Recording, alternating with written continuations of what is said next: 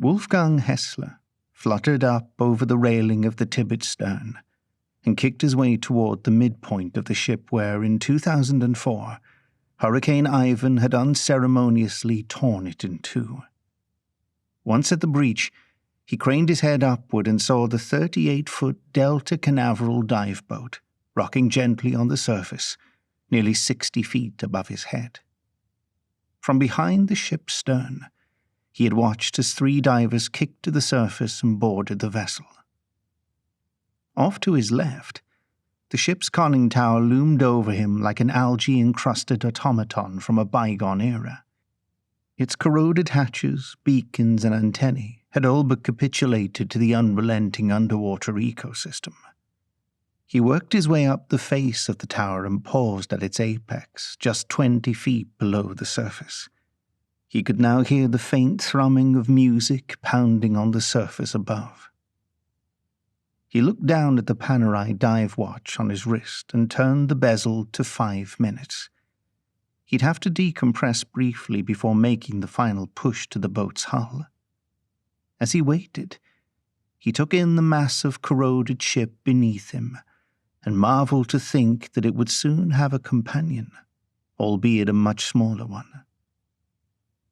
When the decompression period was over, he pushed off the conning tower and made the final few kicks to the submerged portion of the bow. Working quickly, he produced a wrench from his dive bag and affixed it to the hull plug and twisted. After a few turns, the plug yanked free.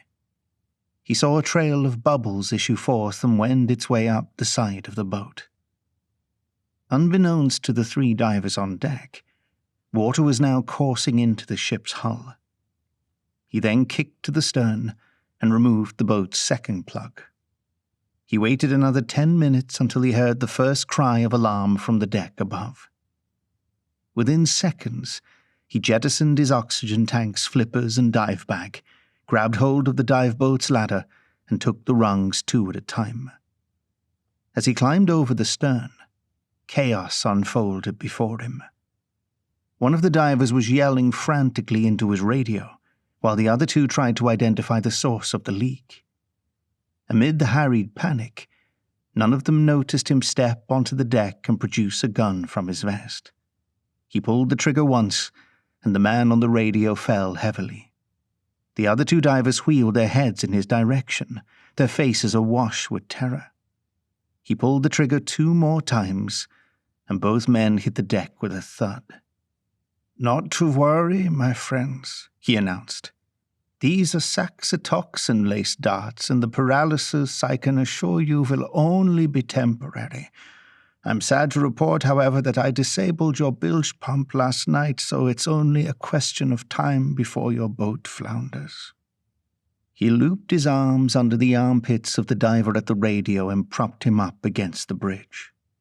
The man's head lolled to the side, but he could see his assailant out of the corner of his eye. "The wolf," the man muttered, his voice thick with contempt. "Senator Hawthorne," the wolf replied. "It's been nearly 25 years. A shame we had to meet again under such trying circumstances."